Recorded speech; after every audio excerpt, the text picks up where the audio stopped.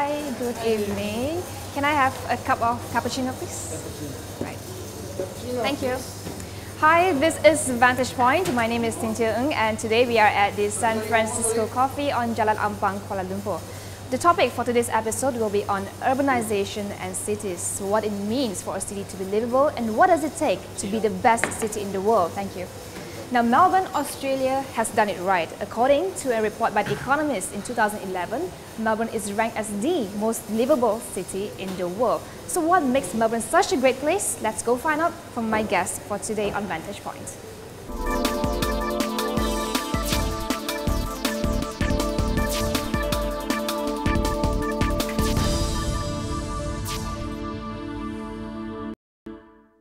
Hi Tim, nice to meet you. Hi, Thank you Cynthia. for being on the show.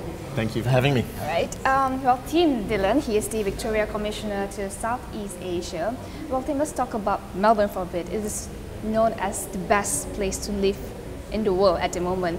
But not only that, we have Perth, Adelaide, and Sydney, which was one of these 4 top cities ranked in this report by The Economist as well. You guys must be doing something right here. What makes Australia such an ideal place for living? Look, there's a range of reasons. The Economist, when they do their report, look at a whole variety of factors to come up with those ratings, you know, from economy, climate, economic climate, the political stability, and so forth, infrastructure, safety. Once you move past that though, and if you dig down deep to see what differentiates Melbourne, I think it comes down to a range of cultural, recreational, leisure options that are provided to residents and people visiting the city. So we've put a lot of effort into creating an events calendar that's world class. We host the Australian Open tennis every year, we have Formula One, we have a range of concerts coming in. And all of those things add to make a vibrant city. We've also concentrated a lot on developing things like art galleries and museums and civic spaces, such as Federation Square, which is right in the centre of Melbourne. But it's a very popular, I suppose, place for people to hang out, to shop, to undertake business, to enjoy. Okay, right. I'm sure you said that cultural arts and culture is one of the main components to make a city one of the best places to live in. What about in terms of infrastructure and connectivity? Melbourne has one of the largest tram network in the world, and it's also one of the major tourist attractions. So what is being undertaken at the moment by Melbourne to spur the place? Yeah, there's no doubt transportation is a major consideration when you're looking at developing your city's master plans. In fact, I think we're moving towards a more concentrated, multi-purpose communities. What I mean by that is that in small communities, close to transportation hubs, citizens have a range of social activities they can undertake, leisure activities, but let's say they need to do shopping. The shopping's all in that local community as well. And you actually have health services in that community as well. I read a report recently by the UN, I believe, that in 2000, around the year 2000, something like 47% of the world's population will be in the city. Yeah, it was in cities, but in 2030 that's going to increase to 60%. So you can imagine the huge burden on infrastructure. Melbourne's, we're constantly upgrading our transport systems and adding to it. There's major studies at the moment underway into cross-city tunnels underground to reduce bottlenecks. Right. So these are major investments that the Victorian government is doing, but it makes it sound like that's a one-off. In actual fact, there's a grand design. There's a master plan that's being followed. That's right. So and it's not a master plan for today's needs. It's a master plan for the 20, needs 30 years down the road. Absolutely. Right. Yeah, I mean, as a commissioner to Southeast Asia, you have seen developments, urban developments, and infrastructure developments across our emerging economies. Let's talk about Malaysia for a little. Sure. And how do you see Malaysia in, grand scheme of things? Where do we stand right now? What are your observations so far? You've been here for almost three years, right? 3 years now in Malaysia. And so you mentioned Greater KL and the Greater KL project. I was really pleased when the government announced their national key economic areas a couple of years back, that was one of the 12 projects, I believe. And I think that's really important because the focus now is moving away from just a country focus to city focus. And what I mean by that is, when it comes to attracting talent and those professionals, particularly when you're talking about high-income, knowledge-based industry professionals, they can choose to live anywhere in the world. You know, many of them, you know, if you're a financial analyst, you could live on your yacht off the Bahamas if you so desired. Yeah. Cynthia, as a journalist, you could probably do your show from a yacht on somewhere and have it all downloaded. So these people, these creative people, can live anywhere. So where do they choose to live?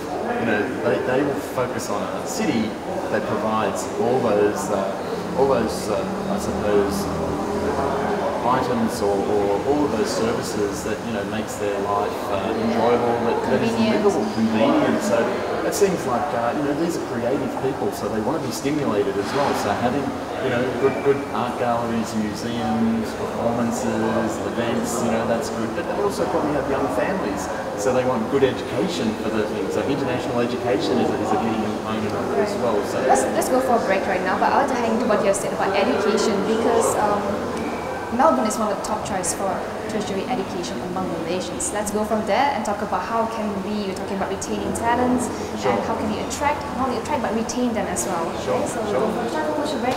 We'll be back very shortly. Stay with us.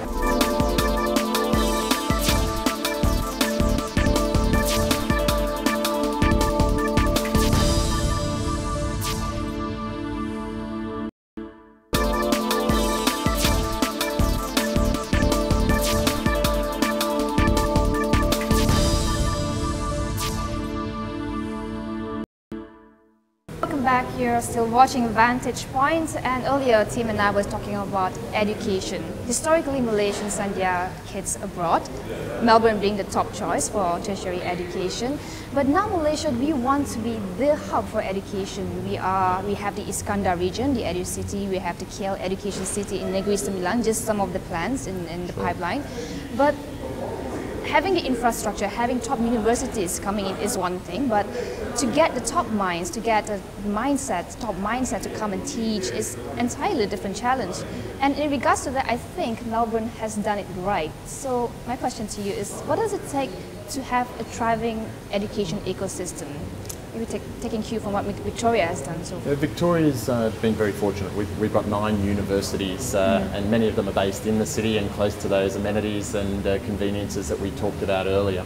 I guess in answer to your question, you know, how do we attract the talent and skill to work in the university, the top minds?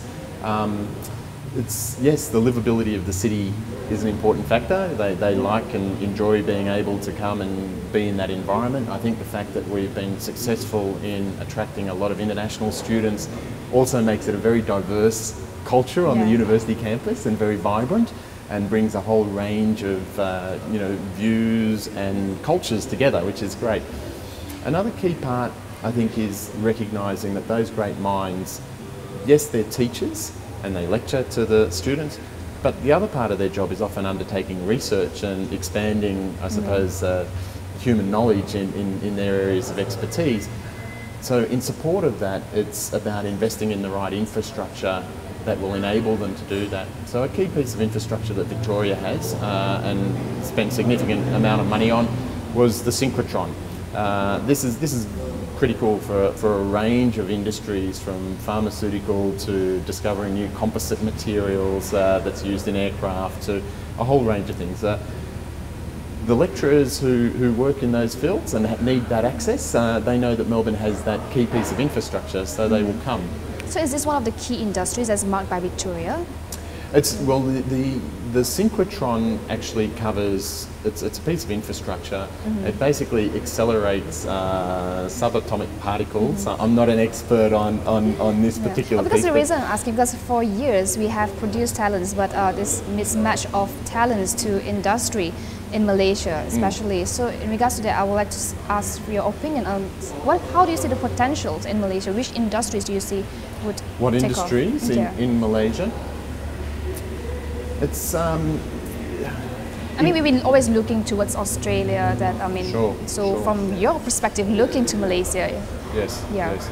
You have to be very pragmatic when you talk about industry development, which is my role in the Victorian Government Business Office here in Malaysia. You know, we're promoting our locations, and you have to be pragmatic. Yes, everybody would like to be the world leader in nanotechnology, for example, but if you don't have that infrastructure in place, and it doesn't happen overnight, this takes a long time to develop, and it's the same with us. We've emerged from predominantly a manufacturing base to more where we're moving into new areas like life sciences. So, you know, what industries can Malaysia do? Malaysia, you know, I take the... Where could the areas you see we can tap on? And well, I think, you know... Do you feel like, based on what our plans, do you feel like we are moving towards the right direction? I think you are moving in the right direction. I think you know, the government has some policies in place that will certainly set you up. But I do think you need to be pragmatic and look at what the opportunities are at the moment. Take, for example, you're seeing a rising middle class across Southeast Asia. Not in Malaysia, Indonesia especially. Not only Malaysia, Indonesia, Vietnam, Thailand, the whole region is emerging. They're going to come out with a huge range of disposable income, and with that, their lifestyles are going to change. They're going to look to do things like more travel abroad, education, and Melbourne's done well over the years in this space, but I think Malaysia could definitely set itself up as a hub for education for Southeast Asia. Not just higher education. I think there's a huge need for vocational education and training, providing those skills that industry needs. And to me, that is probably the most critical point that Malaysia, and in fact all the countries in this region, need to address if they want to make that significant gain to industry development. Making sure you've got the right skilled labour at all levels. It's one thing to bring back the professionals, but you also have to skill up your local community who are working at the front line in the production facilities. So, you know, industries that can be developed, education certainly, travel, absolutely. You know, if you look at the number of aircraft that are being bought and coming into the region, all the growth is in this part of the world. But those aircraft have to be serviced, so you've got to have maintenance repair operations. That's something Malaysia could definitely be looking at to service this region. Okay. Well, let's go back to the topic on urbanization, and because like we have mentioned earlier, 60% of the world population will live in cities. What do you think we should be planning from now onwards to looking at 15 to 20 years down the road? What is still missing? The critical thing, and I think it's being worked on as we speak, as we all know, but it's transportation. So first of all, you have to look at the long-term transportation solutions. You're also going to have to look at the needs of a future community with regard to waste disposal, water usage, uptake, energy needs. All of these things have to be factored in. So I guess what I'm saying in that area is you can't take an ad hoc approach if you want to be successful. You have to have a master plan, and this has to be something that you can implement over a long term. So it can't be driven by political necessity over a short term. It has to be a big picture view. That's one thing. If I had to say where's urbanisation and sustainability moving towards, it's about livability. It's making life easy for the citizens, enjoyable, it's fulfilling your needs. And I think you're going to see more and more probably centralised communities around transportation hubs that have all the amenities that the local citizens need. So for example, you'll have school choices, you'll have education and hospital solutions or medical services, you'll have your local shopping centres.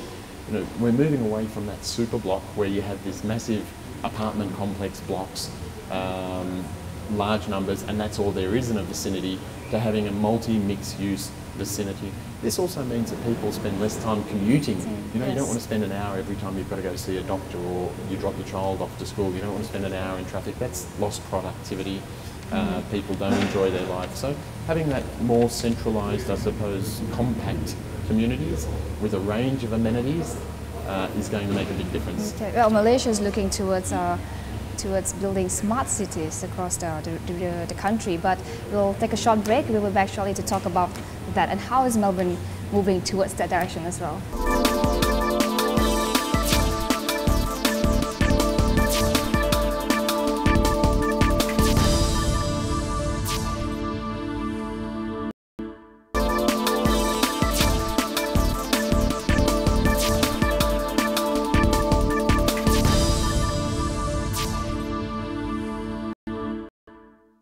Tim. As we know, urban development and maintenance of the natural environment doesn't always go hand in hand.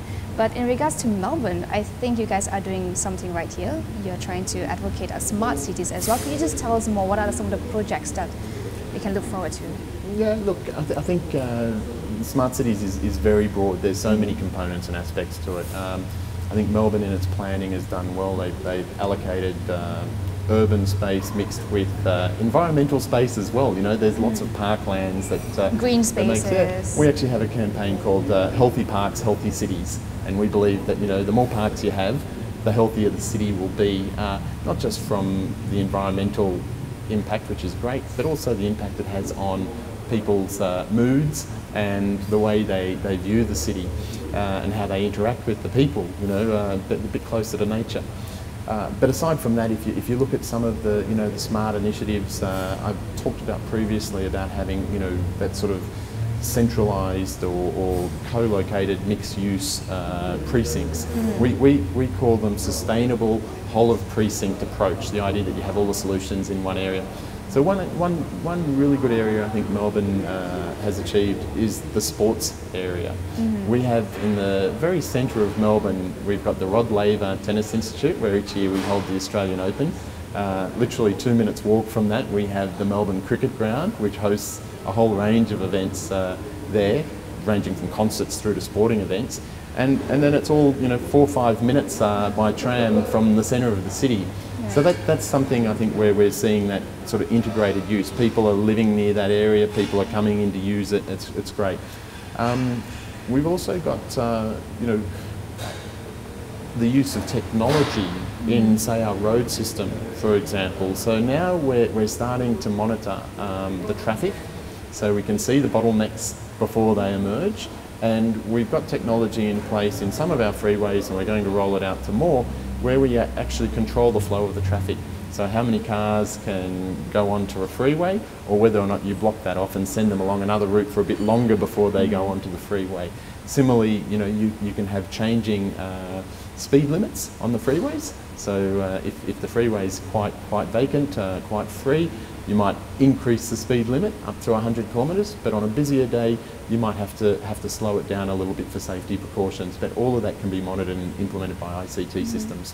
And this, I think, requires a lot of future thinking and identifying trends for the future, what are our needs for the future. So, I mean, in regards to, you have lived here for 3 years, so where do you see the progress of Malaysia thus far? Where do we see Malaysia progressing?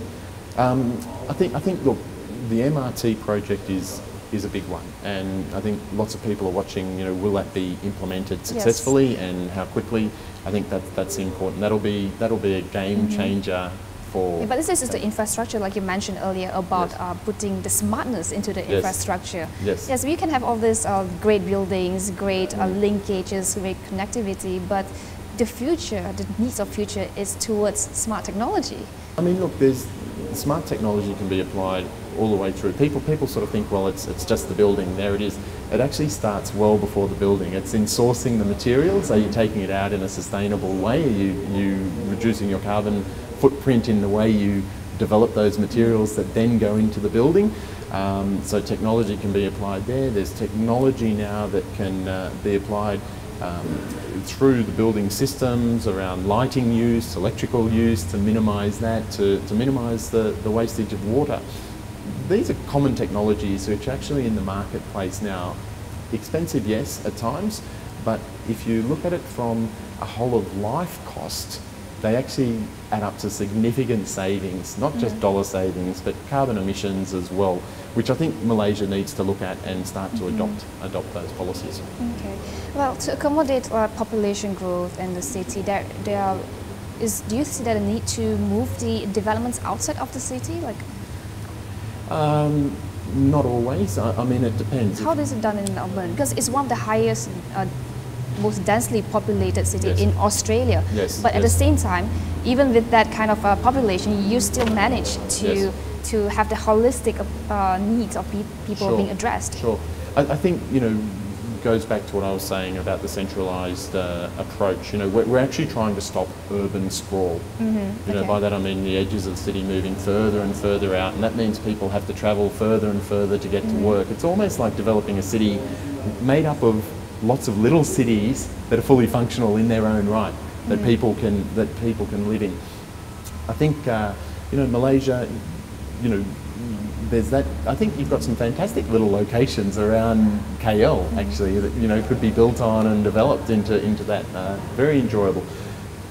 For Melbourne, it's also about where do you allocate the planning. Yes, you don't want to have your power plant in the middle of the city, but you don't want it so far away that the transmission costs of electricity makes it ineffective for business to conduct it. So you allocate, I suppose, areas for industrial purposes, and I think Malaysia's doing that as well. You have your Cyberjaya location for the ICT precinct and so forth. That's good, but you also have to have the public transport to be able to get workers there quickly, or the infrastructure around that, the township around that makes living in that area enjoyable, so that people aren't commuting and wasting time in traffic.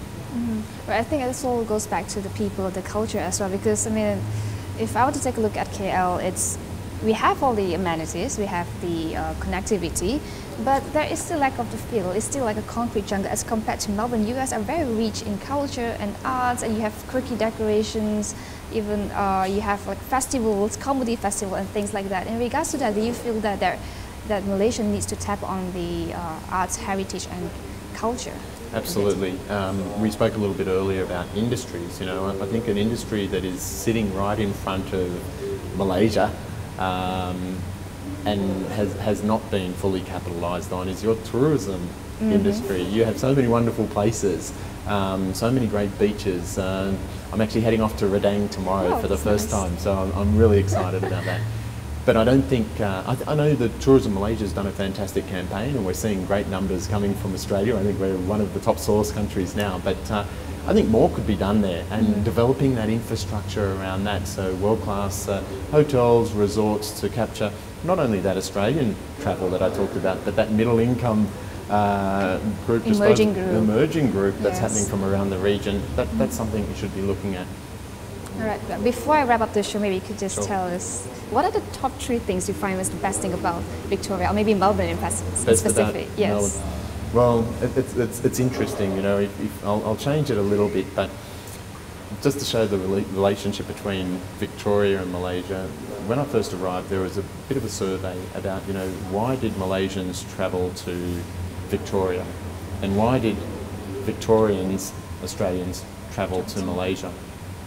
The top 3 were the same: shopping, food, and I think the last one was festivals. Something like that were the 3 reasons. So I think they're great things. For us, from my office perspective, I think Victoria's got quality products. We've got a lot of experience in addressing those issues we spoke about today, urbanisation, sustainability. My role here is to link our companies with Malaysian companies so that they can work together, find solutions, and I'm more than happy to field requests on that. All right. Thank you so much, Tim, for being on the show, and thank you for watching. I'd like to thank San Francisco Coffee for hosting us also for this episode of Vantage Point, and we'll see you again on the next episode. Thank you and goodbye.